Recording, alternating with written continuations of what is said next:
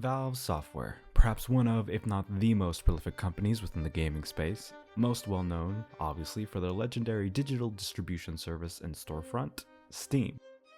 75%, 80%, 90%, Gaben the Generous and his infamous Steam sales have been a timeless meme that has persisted over the internet for over 10 years now, and for good reason. Who amongst us does not have a game or two in their library that they never actually touched and only really bought because they saw it was 90% off on a Steam sale? And how could you pass on such a juicy deal? After all, maybe I'll play it someday. But it isn't just Steam that Valve is known for. Valve also happens to be, once in a while, a game developer.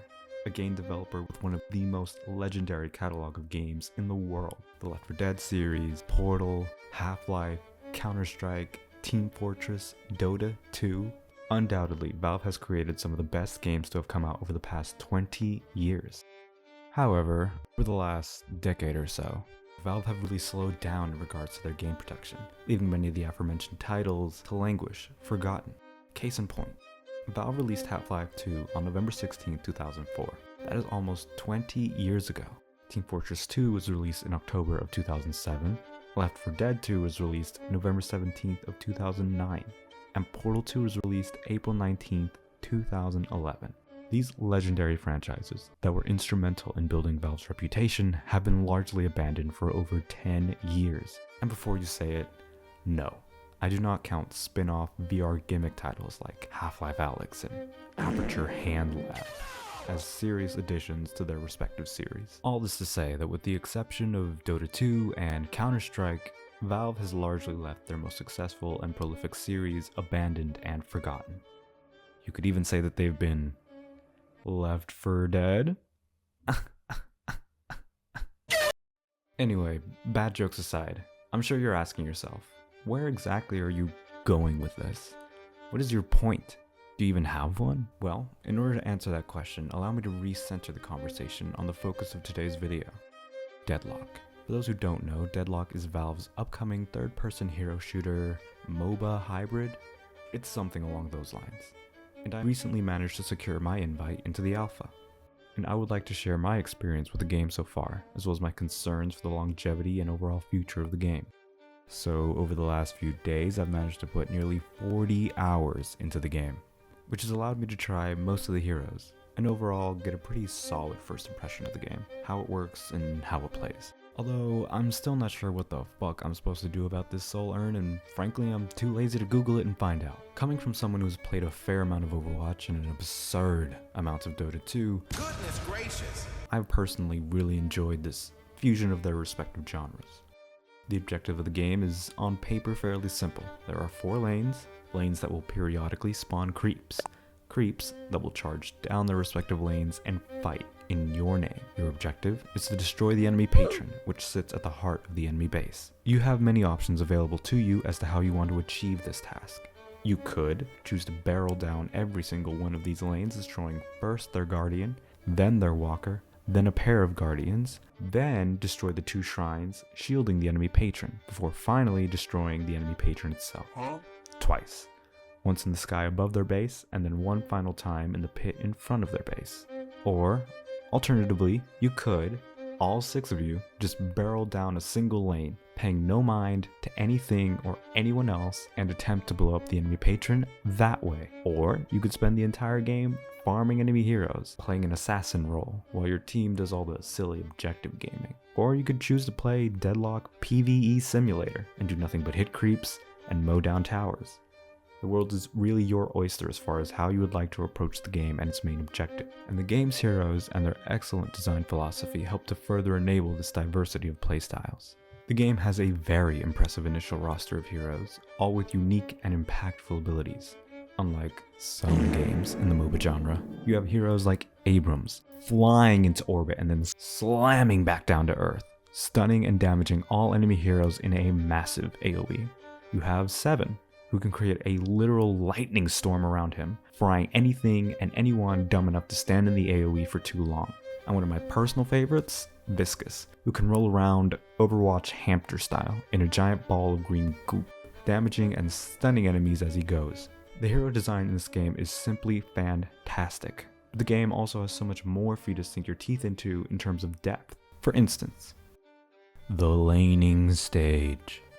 With its last hitting and denying mechanic, Deadlock's laning stage forces you to find a happy medium between last hitting creeps and lane aggression, lest you lose all your creeps to enemy denies. It makes for incredibly fast-paced and exciting gameplay that rewards proper skill expression, with plenty of room for early game scraps. Itemization. This is not your grandpa's item shop, full of nothing but boring, set it and forget it, unimaginative passives. Deadlock shop is full of items that allow you to customize your character and their playstyle to any given situation and enemy hero composition. Getting blown to hell by an enemy Hazel? Buy yourself some metal skin, which gives you full immunity to bullets and melee attacks for 3.5 seconds, and make her cry herself to sleep tonight, as her ult accomplishes absolutely nothing. Struggling to get your ult off as 7 due to the enemy CCing you to death? Buy yourself the Unstoppable upgrade, whose active component gives you the ability to grant yourself full immunity to stuns, silences, sleeps, roots, and disarms for 6 whole seconds. Stun me out of my ult now, you fuckheads. Mid-game objectives. Like I was saying, lots of good stuff to sink your teeth into here. Even after putting nearly 40 hours into the game, I'm still having so much fun discovering and learning more and more about the game and its mechanics. Getting better at the game slowly but surely so I don't continue to get absolutely clapped every single game. Truly, this is one of the most enjoyable online multiplayer gaming experiences I've had in a long time. Now, I'm sure you're wondering at this point that if I have such high praise for the game in its current state, why would I choose to then frame Deadlock and this video in such a negative light? Valve's next failure? That seems a bit harsh and overly pessimistic. And what previous failures are you referring to exactly? Well, I'm glad you asked. Join me as we take a trip through time and I share with you the experiences that would become the foundation for my fear of Deadlock's future. Join me as we revisit Valve's greatest failures.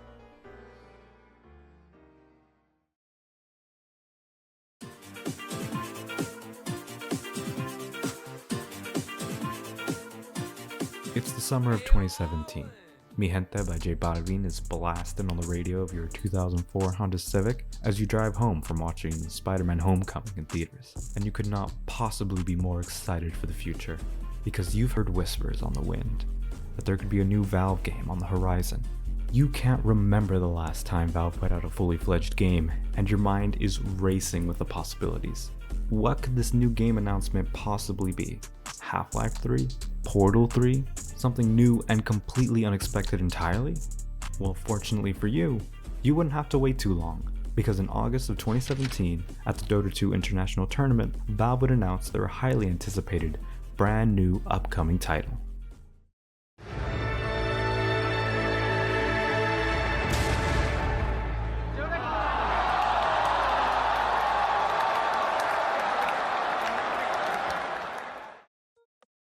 This is still one of the funniest videos I have ever seen in relation to Valve. You watch in real time as all the enthusiasm and anticipation get immediately sucked right out of the room as the words, "The Dota card game," pop up on the screen. Boy, were the gamers displeased. I really enjoyed having the opportunity to look back on some of these comments from 2017. Here are just a few of my personal favorites. "This is pure comedy gold. It's as if Valve intended to hype everyone up just for the letdown moment. Whoa, I almost got hyped for a second. Card game? Snooze." And my personal favorite, "It's the sound of 1,000 erections deflating." It was clear that there were many in the community that were feeling a little let down by this announcement, to say the least. This was definitely not what they had built up for themselves inside their head. But I have to admit, me personally, I was still excited. I'd always been a CCG kid growing up. Pokemon and Yu-Gi-Oh were my lifeblood. And back in 2017, there happened to be an online CCG that had also initially gotten a very poor reception, but was now taking the world by storm. And that CCG was Blizzard's very own Hearthstone. I remember very distinctly the way that gamers had the exact same reaction when Blizzard announced that they were coming out with a Warcraft-themed card game. Who asked for this? Why would anyone want another card game? What about me? What about what I want? No one's gonna want to play this when it comes out. However, that initial skepticism would prove to be entirely misdirected when Hearthstone exploded onto the scene in March of 2014. With a free-to-play model and deceptively simple gameplay, Hearthstone created an excessively low barrier to entry and perfectly positioned itself to capitalize on a segment of gamers who wanted a card game in their life but did not really feel like they had the time or the money to get invested in a game like Magic the Gathering Online, which was at that point in time a complete shit show. As a result, when Artifact was announced, I didn't approach it with anywhere near as much skepticism as others in the community clearly were. Not only was this going to be a Valve game with plenty of inspiration taken from their award-winning MOBA Dota 2, it was being designed alongside Magic the Gathering creator Richard Garfield. There was plenty of reason to believe that if executed well, Artifact could absolutely carve itself out a niche in the albeit saturated world of online CCGs. It was a card game inspired by their incredibly successful MOBA after all. There was nothing else quite like it on the market at the time. Artifact had a 3-board setup mimicking Dota 2's 3-lane setup. To achieve victory, a player had to either destroy the enemy tower on 2 of the 3 boards, or alternatively, hard win 1 lane by destroying the enemy ancient that would appear on the board after the initial tower was destroyed.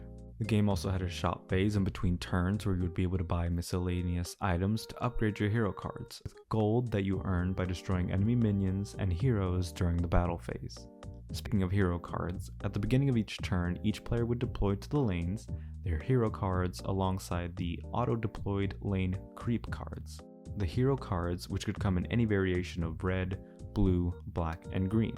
Red were stronger heroes with weaker abilities, blue were weaker heroes that had access to powerful spells, green offered various stat buffs and additional creeps, and black had a large variety of mobility options and direct damage. All of this added together to create a card game with plenty of strategic depth and strategic variance as to how you wanted to approach deck building. There was clearly a lot of thought that went into the design of this game, and Valve seemed to be throwing their full weight behind this project. Because in March of 2018, Valve announced that after the game released later that year in November of 2018, that they would be hosting a $1 million tournament for the game in Q1 of 2019. And just to clarify, not a $1 million prize pool, a $1 million grand prize. Goodness gracious! It was clear that Valve had full confidence in the game and its ability to foster a healthy competitive scene right out of the gate, especially considering how close to launch this tournament was scheduled to be. And so the stage was set. With the backing of Valve, the design philosophy of CCG legend Richard Garfield, and a $1 million tournament on the horizon, Dota Artifact was poised to be a smash hit.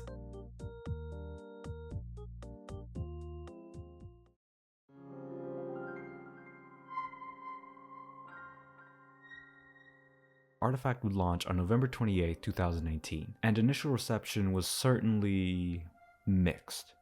Unfortunately for Valve, the game was met with immediate controversy, primarily directed towards its monetization model. For reasons that I still struggle to understand myself, Valve chose to launch their brand new card game with a $20 upfront price tag. A $20 price tag which, in addition to the base game, included 2 beginner decks and 10 free booster packs. Valve released Artifact with its $20 price tag because they wanted to position the game as a sort of premium product. They intended for the game to stand in stark contrast to their contemporaries, which were nearly all free-to-play titles.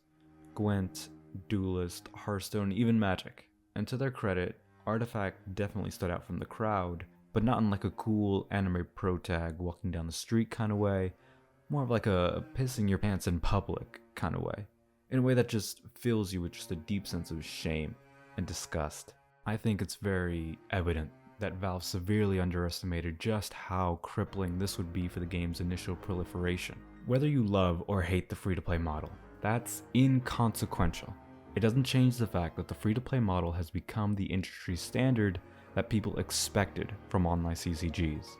People were too used to being able to boot up a CCG that they were interested in, play through the tutorial or whatever other initial content was available to them, and then, only after getting their initial feel for the game, deciding whether or not they enjoyed it enough to actually want to invest monetarily into the game via card packs, cosmetics, arena tickets, a battle pass, or whatever other method of monetization the game had to offer. It was the pinnacle of arrogance for Valve to assume that people wouldn't turn their noses up at Artifact because of this initial price tag. And to make matters worse, it's not like this $20 price tag would even get you anywhere near a full collection. In addition to this incredibly off-putting initial barrier to entry, Valve also wanted you to buy card packs at $2 a pop as well. Pair that with the game's complete lack of an in-game progression system on launch, and you had a recipe for disaster. There was no free in-game currency for you to earn as an alternative way to purchase card packs. There was no crafting system in place for you to disenchant duplicates and target specific cards missing within your collection. If you wanted new cards to fill out your collection, you were coughing up more money, whether it be via card packs or the Steam community market. There was no free alternative. And before you say, oh, but I just tabbed over to the community market right now, and all the Artifact cards there seem to be selling for only a couple pennies each. Surely a full collection could not have been all that expensive back then. Well, I assure you, friend, those prices were not so reasonable back then. Goodness gracious! And as a sort of final nail in the coffin, if you will, Artifact gameplay, whilst certainly varied and full of depth, was met with a fairly mixed reception as well. Complexity is, after all, a double-edged sword. While it may provide interesting depth for its hardcore players, new players found things like the multi-lane system confusing and difficult to follow, or the arrow targeting system as frustrating and too RNG dependent. Game lengths were also an issue. While typical game length was fairly varied, it was not uncommon for games to go on for over half an hour. This would often lead to incredibly long and tedious matches that would leave you with a feeling of general dissatisfaction, even if you had won the game. Personally speaking, there were many instances where I would walk away from such a match feeling more like I had just gotten done taking a prolonged math test, rather than a game I was playing for fun during my leisure time. All of these factors together contributed to Artifact's initial negative reception, and the impact of this generally negative sentiment towards the game would not take long to manifest. Whilst the game had an all-time peak of 60,000 players during its initial launch, Artifact's player count would very quickly nosedive. Within a mere 2 months, the game would freefall all the way down to only 7,000 concurrent players, and it showed no signs of stabilizing there, as the player count would continue to only get worse as the months went by. Now, to Valve's credit, they did not immediately abandon ship. They did not immediately label it as a failure and leave it to die its slow death. Because in March of 2019, Valve would release a blog post entitled, "Towards a Better Artifact." When we launched Artifact, we expected it would be the beginning of a long journey, that it would lay the foundation for years to come. Our plan was to immediately dive into our normal strategy of shifting a series of updates driven by the dialogue community members were having with each other and with us. Obviously, things didn't turn out how we hoped. Artifact represents the largest discrepancy between our expectations for how one of our games would be received and the actual outcome. But we don't think that players misunderstand our game, or that they're playing it wrong. Artifact now represents an opportunity for us to improve our craft and use that knowledge to build better games. Since launch, we've been looking carefully at how players interact with the game as well as gathering feedback. It has become clear that there are deep-rooted issues with the game and that our original update strategy of releasing new features and cards would be insufficient to address them. Instead, we believe the correct course of action is to take larger steps to re-examine the decisions we've made along the way regarding game design, the economy, the social experience of playing, and more. So, what does this mean? Moving forward, we'll be heads down focusing on addressing these larger issues instead of shipping updates. While we expect this process of experimentation and development to take a significant amount of time, we're excited to tackle this challenge, and we'll get back to you as soon as we are ready. Essentially, Valve was going back to the drawing board. They were promising to really re-examine some of the foundational pillars of the game that the community had taken issue with, taking to heart and implementing the community's feedback in order to give the game a second shot at life. This was an incredibly exciting prospect to me, as someone who is both a fan of Valve and a lot of the ideas Artifact was touching upon, even though I may not have necessarily been a fan of the way it was initially executed. I felt as if there was still good reason to be optimistic for the future of this game. They have a solid roadmap in place for how they were going to approach the Artifact 2.0 beta, which would later come to be known as Artifact Foundry. And although they may have conceded up front that development of this second iteration of the game would take a significant amount of time, I was incredibly excited to get my hands on it one day and give the game a proper second chance when it released.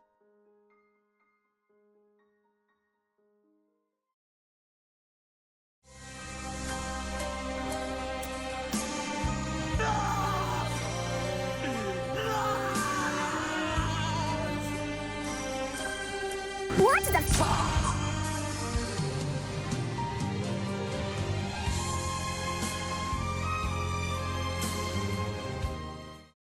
Approximately a year and a half after the initial release of Artifact, Valve was ceasing development of the game's successor, Artifact Foundry. Valve explains their decision-making as such. Artifact, the Dota 2 card game, shipped in November of 2018.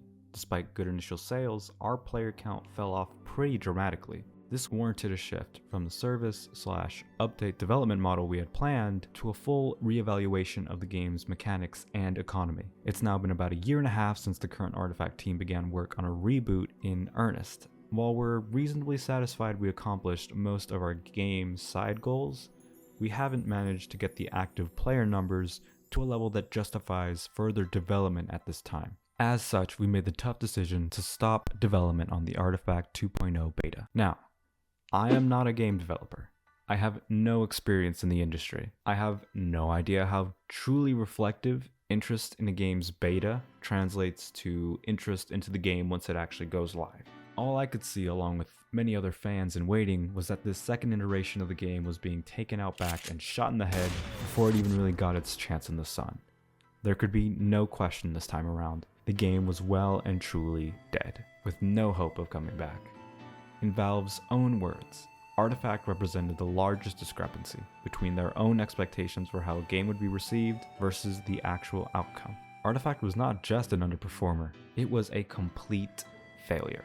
Despite all its unique potential, Valve could just not find a way to execute it properly. It's no doubt that Artifact was and is Valve's greatest failure. However, unfortunately, it would not be their only failure in recent years.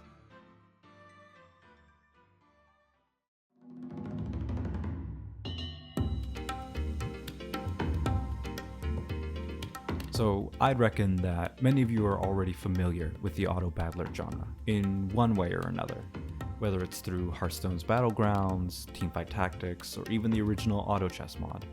But in case you aren't, auto battlers or auto chess is a genre of strategy games where players assemble and position units on a board. Units that you purchase, casino slot machine style, doing combat phases with resources that you accumulate by either winning or losing rounds. After the buying phase, you then proceed to auto battle against an enemy player's board of units. During this combat phase, neither player is able to offer any additional inputs. The result of the fight is entirely in God's hands now. The strategy component of the game comes in how you choose to build your respective board, the synergies you choose to lean into, and the way you choose to manage your economy. And of course, a healthy dose of luck, due to the slot machine component of the way in which you purchase additional units and upgrades. Personally, I definitely enjoy the occasional auto battler. But whenever I play them, I'm just constantly reminded of that one TikTok where all those boomers in the casino are just soullessly tapping away at the slots, and how it feels like this genre of game is sort of our generation's equivalent of that.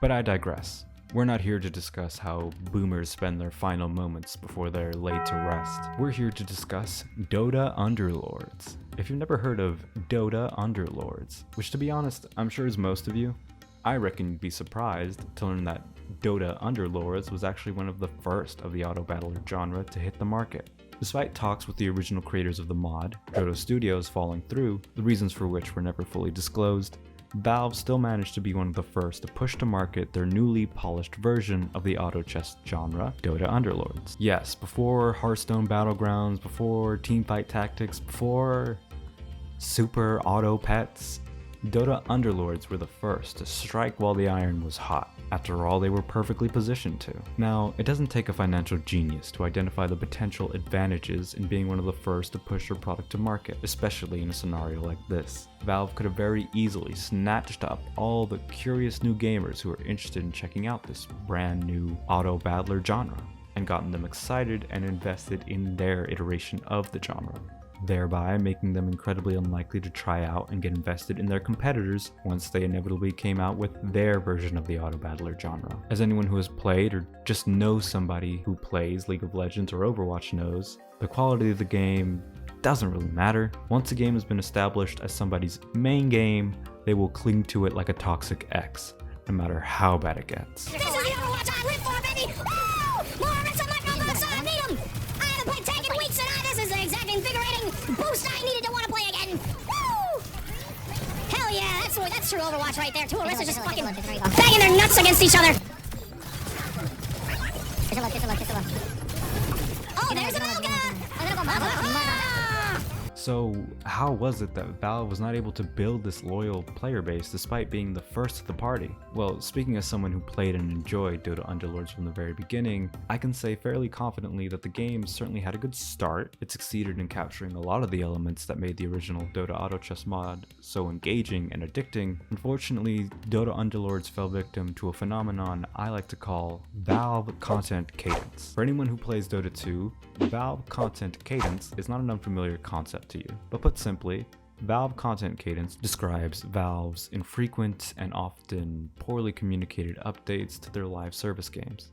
And Dota Underlords was certainly no exception to this rule. Many in the community felt that updates to the game were too few and far between, and when an update would eventually arrive, they seemed to always receive a mixed reception from the community at large, whether it be something small like the UI changes, or fundamental system changes like the introduction of the Underlords themselves, which players felt over-centralized the gameplay around building comps focused specifically towards supporting your Underlord unit, as opposed to building unique and interesting compositions with whatever cards you happen to be dealt throughout the course of the game. This mix of infrequent, lackluster, and controversial updates, in addition to the meteoric rise of their aforementioned competitors, led to Underlord's player base slowly but surely declining over time. However, to their credit, in nowhere near as cataclysmic a way as Artifact's player base did. And so, in August of 2020, Valve would release their last major update for the game, entitled the New Blood on the Streets update. And despite a few minor updates being released in the following months, the game would eventually be abandoned in November of 2020. Abandoned and left to rot, just like their previous failure, Artifact.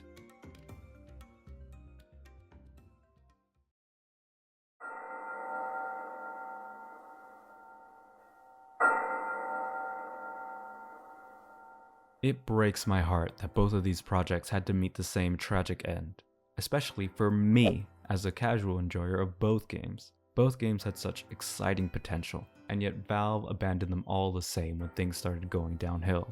Who's to say the same won't happen to Deadlock? After all, many of the issues that plagued their previous failures are easily applicable here as well. Artifact was criticized for its incredibly high barrier to entry, both in regards to its monetization, but as well as gameplay-wise. It was perceived as overly complex and unapproachable to new players as a result. Even as someone with both a strong background in MOBAs, as well as hero shooters, getting into and learning Deadlock has not been the easiest process. I have definitely lost more games than I have won, sometimes in a hideous fashion. Complete steamrolls that leave you defeated and discouraged. I just could not imagine approaching a game like this with fresh eyes. I'm sure the item shop alone would be sufficient to scare away your typical Call of Duty or Fortnite players. Why bother learning about items and skill builds and farming patterns and power spikes and mid-game objectives when I could just fire up another match of Overwatch quick play instead? The game I know is comfortable. The game I know is safe. As far as the Valve content cadence that killed Underlords, what reason do we have to believe that this time around it will be any different? Valve has given us zero indication that they have changed their behavior at all in recent years. While I have acknowledged throughout the video that I'm still having a ton of fun with the game at the moment, most games are fun while they're still new and fresh. Just look at the amount of attention that Marvel Rivals got. People were just happy to have a new toy to play with after being stuck with Overwatch for so long. But those rose-tinted glasses don't last forever. I could easily imagine a future of stale metas where the flavor of the month hero, Pocket, let's say, is dominating pub games for weeks before Valve finally releases a balance patch to address the issue. But at the end of the day, believe me when I say that I hope that I'm completely wrong when it comes to my concerns about the future of Deadlock. I just don't believe that these concerns are ones that should be dismissed considering their previous history of failures. I would hate to see history repeat itself once again with yet another game that I love. But what do you guys think? Am I being overly pessimistic? Is there something that I'm just missing in this equation? Please let me know in the comments, and follow me on Twitch if you're looking for some incredibly mediocre Deadlock gameplay.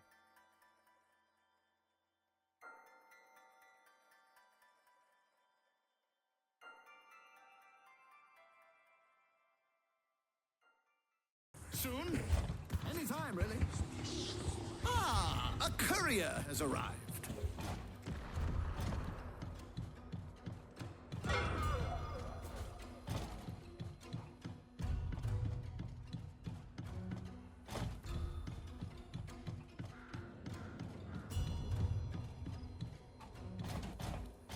Enemies have breached our stronghold. Hard to keep New York safe.